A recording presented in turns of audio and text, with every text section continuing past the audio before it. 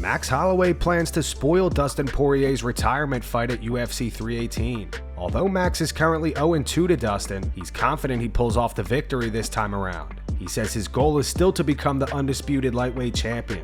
On his YouTube channel, Max said, "I have the opportunity to be his retirement fight. I know he's trying to ride off into the sunset. He can go and do that. But it might be a little sad because I want to go out there and get my hand raised. The message that I'm trying to send is that I'm still here. I know this is Dustin's retirement fight, but his last fight was for a title. I still have title contention in my mind, and a couple of weeks before us, there's a title fight at 155 and I got history with both men. At the end of the day, I go out there, I do my thing, I make a statement, I get a statement win. Who's to say your boy is not fighting for the lightweight undisputed title at the end of the year? First things first, Dustin Poirier. I'm not overlooking him. This is his retirement fight. He's taking it serious. Everybody keeps reminding me that he's up 2-0. Everybody on the internet, everywhere is saying why, and I'm going to show you why. I'm going to show you why I got this fight. I'm going to show the fans why they want to see this fight. I'm here to spoil his plans and get my hand raised because I'm still going to be here when he's riding off into the sunset.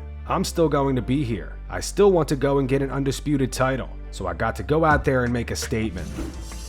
Rodolfo Bellato has responded to the criticism he has been receiving since UFC Atlanta. For those of you who missed it, to quickly sum it up, Rodolfo Bellato and Paul Craig was declared a no contest due to an accidental foul. Craig landed an up kick off his back that caught Bellato on the chin. Bellato's knee was down, making him grounded and the kick illegal. The ending stirred some controversy, as many fans questioned whether Bellato exaggerated the impact, pointing out that he appeared to look directly at the referee before going down, and then acted as if he was knocked out. Bellato posted this to his Instagram responding to the accusations. He wrote, "God knows about all things. To everyone cheering me, I'm in good health and will be back soon. Thank you so much. And I saw some things on the internet saying I was an actor there and stuff. The moment I was on the ground, I didn't expect to get kicked in the face illegally. It was a strong kick. When I looked at the judge to complain, my whole body began to tingle and my vision disappeared. After that, I don't remember anything. Anyone who's known me the longest knows I would never do this. I've never run from war. I hit 2 times in less than 30 days, 2 trips in a row. Why would I fake something after all I've been through, and on top of that, winning the first round? I thank all the real ones for the positive messages. God is in charge." Joaquin Buckley released a statement since his unanimous decision loss to Kamaru Usman over the weekend. He posted this to his Instagram. In the caption, he wrote, "Hand wasn't raised last night, but I'm still victorious and will be one of the greats. This trip has been beyond amazing, and I wouldn't change a thing that happened in my fight camp. Everything was perfectly planned. I just didn't execute like I know I could. We wanted to land early damage on Usman and get him moving back, but he did a good job neutralizing threats with takedowns. But don't get it twisted. Usman was more concerned about holding me than hurting me in this fight, but he did what he felt was necessary to win, so can't be mad at him. Congrats to Kamaru Usman and his team, and Francis Ngannou, I saw message. Excited about the welterweight division. See you when I see ya." What up, y'all? It's your boy Joaquin Buckley. Look, Atlanta was good to us, baby. We done sold out the arena. It was a major, opportunity for me to go out there and show up and show out. And I truly believe I did that, especially in the 5th round. We had Usman, backing up, trying to get those takedowns, but we stuffed every one. But don't get it twisted, man. Even though my hand was not raised, I still feel victorious. But still, shout out to Kamaru Usman, man. You are truly a legend. You are truly a GOAT, man. Thank you for the opportunity, for allowing me to, be able to step into the octagon with you, bro, and grace me with your presence. But I just really wanted to say, man, thank you, Atlanta, for popping out, man, and really selling out and being an amazing crowd. Because with that energy, man, and with that love, I truly believe, man, we can go into another main event, man, and really show up and show out. But look, with that being said, I didn't win. I didn't get my hand raised, but that's all good. This gives me time to take a break, man, and really kind of work on some tools and work on some things that we got to work on. Because, yet again, y'all gonna know who this team is. What we dealt with, through that fight, I really feel like, man, we was up against the world. But I feel like we did a great job, Yet again, we had a big name like Kamaru Usman, man.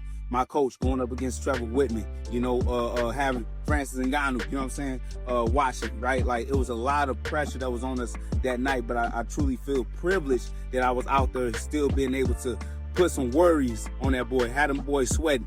So it just shows us, man, what our real capabilities are. But I truly, truly believe that we just gonna take this time, man, and really just get better, and we gonna come back even stronger. So y'all do what y'all do. Welterweight division, y'all hold it down. But Buck gonna be back, man, sooner or later. As well, you already know, happy Father's Day, man, to all the fathers out there, to all the pops, as well. This is y'all day, man. Make sure that you guys, you know, are not only celebrated, man, but be with your kids, man, and have a good time, and realize that you are definitely needed, man, in your children's lives. Paddy Pimblett recently made an appearance on Tom Aspinall's YouTube channel. The two discussed a potential fight between Paddy and Ilia Topuria. Paddy is extremely confident he can beat him. That could be done like early next year. Paddy winning the title, easy. Well, maybe even this year. If Ilia wins and says he wants to fight me, the UFC will make that fight. I think so. Because they know it's a money fight. As Ben was saying, that's like one of them fights where they were world press tour lads like McGregor, Aldo. I know I'd beat him. Funny that I got laughed at for it, but I know I'd beat him. Yeah, but that's what separates you for the other guys. Yeah. From the other guys, isn't it? We've already talked about a game plan to beat him, lad. I don't know how to beat him. No one goes for his weaknesses when he fights out. Everyone just tries to have a boxing match with him. Yeah. I'm not going to come out to have a boxing match with him. I'm going to beat him with my all-round MMA game. And as I said, no, I'd beat him, lad. And I reckon I'd proper hate him and just shut everyone up even more like I love to do. After his recent unanimous decision win over Patchy Mix, Mario Bautista is now eyeing a fight against Umar Nurmagomedov. He also discusses how he never received a post-fight interview after the win. On the Fight Court podcast, Mario said, "Maybe I was thinking like we go in the back and they say something like, 'We apologize because of this time delay,' or this and that, or whatever it is. It could have been anything. It could have been, 'Hey man, we just don't like you. We just don't want you on the mic,' you know? You could have told me whatever and I would have been happy, as long as you told me something, but I haven't heard anything. I wanted to get into that top 5. Whoever was going to be in that top 5, a win over any of them gets me into title contention. I like that Umar Nurmagomedov fight. I like the Umar one. I think that shoots me to the top the quickest. You know, I was gonna fight Cheeto. He's coming off 2 losses. I guess Umar is coming off a loss too. There's still a lot of hype." Kamaru Usman and Henry Cejudo discuss Usman's win over Joaquin Buckley. On the Pound for Pound podcast, Usman says he thinks people forgot that he has the ability to wrestle, and explains why he hasn't been wrestling in recent fights. People forget that I can wrestle, Henry.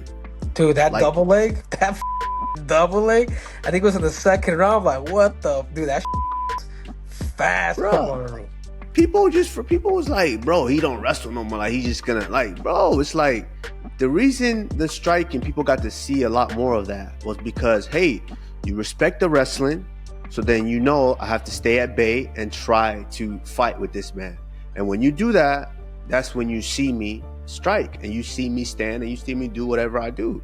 But it was almost like people, the blatant disregard for that was kind of crazy to me. It's like, yo, y'all forget, like, I wrestle. I do a little wrestling, you know? But nonetheless, I take nothing away from Joaquin Buckley. I think he's a fierce and fantastic competitor. I like what he's done in the division, and I think he's got some exciting matchups coming up, man. I mean, Joaquin Buckley versus Carlos Prates. I like that. Joaquin Buckley versus Ian Gary. I like that. Alexander Volkanovski breaks down Ilia Topuria versus Charles Oliveira. On the Overdogs podcast, Volk said he does see a path for Topuria to score a knockout, but he also pointed out that Oliveira's relentless pressure could pose problems, something he believes Topuria hasn't faced before. But with Ilia and Charles, Ilia has a chance to knock anyone out. You know, he's got solid hands and very, very dangerous, and he's very got a very good focus. So even when things aren't going his way, he's still, you know, he's got like this tunnel vision of, I'm going to find this shot. And that's dangerous when you've got a guy like you. You're like jabbing him up, jabbing, he's missing shots. Some people usually start to like, oh, I better watch out, I better not throw shots until I know they're there, you know, start second guessing themselves. I don't know if I've seen that in Ilia. So when you've got someone that's that stoic through that process, you know, he could definitely find that shot. And if he does, he could put anyone even in the lightweight division out. You know, but again, he's going to find tough guys. I don't think Charles Oliveira is going to be on the back foot at all. I think he's going to, you know, that's something that'll be different for for Ilia. I don't think he's ever had someone be like, nah, jam forward as well, if that makes sense. So we'll see how Ilia goes if he's on the back foot. I think I've seen him a couple of times where he had to go on the back foot a little bit. He just doesn't have the same shots, have his same strikes, or, his game plan to find the shots just changes a little bit. And I think it throws him off a little bit. So I think earlier on, seeing that adjustment will be interesting, because I think Charles is going to come with, even though he's high, there would be opportunities for Ilia to land, but I feel like maybe if Ilia's on the back foot, let's see how he goes there. That's going to be interesting. Stephen Thompson and Kevin Holland appear to be interested in running it back. The two fought in 2022, and Wonderboy won via TKO by corner stoppage because Holland broke his hand. Wonderboy responded to this clip from a recent episode of the Jackson podcast. He's at 10, so that's a good fight right there. Wonderboy and Luke, I don't think they've ever fought, but it's an interesting fight at this point. Both their careers, both the latter halves of their careers, interesting fight to make. I'd like to see Kevin Holland and Wonderboy fight. That would be also really good. That would be good. Wonderboy reposted that clip. He wrote, honestly, both of those fights sound super entertaining. One would say possibly main event worthy. Wonderboy is currently scheduled to face Gabriel Bonfim in July. Holland replied saying, yeah, I say scrap the fight you have now and run it. Ilia Topuria recently explained why he chose to move up to the lightweight division. Topuria will be fighting Charles Oliveira for the vacant lightweight title at UFC 317, and says he moved to lightweight primarily because he didn't want to cut as much weight.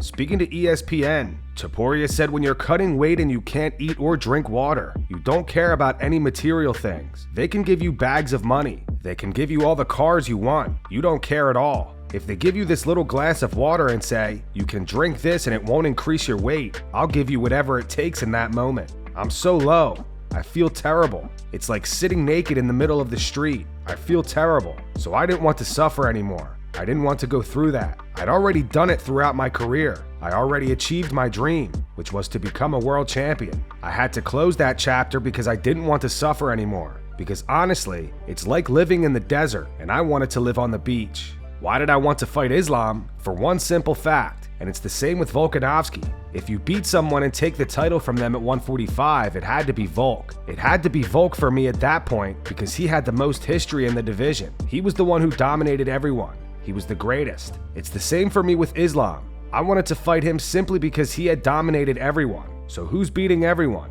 Islam. Well, I want to fight him because then the prize is much bigger. Henry Cejudo may have leaked some information regarding Jack Della Maddalena versus Islam Makhachev. On the Pound for Pound podcast, Henry said, obviously we have JDM versus Islam Makhachev. Their fight's going to take place on October 20th. I don't know where the location is going to be, but they're going to fight in October. Now, after checking the UFC's official website, there is no event on October 20th, and it's actually a Monday. However, Henry could have meant October 25th, which is an event in Abu Dhabi. What do you guys think? Post your opinions in the comments. Israel Adesanya posted a reaction video to UFC Atlanta on his YouTube channel. When watching Kamaru Usman versus Joaquin Buckley, Izzy made it clear just how much he can't stand Buckley.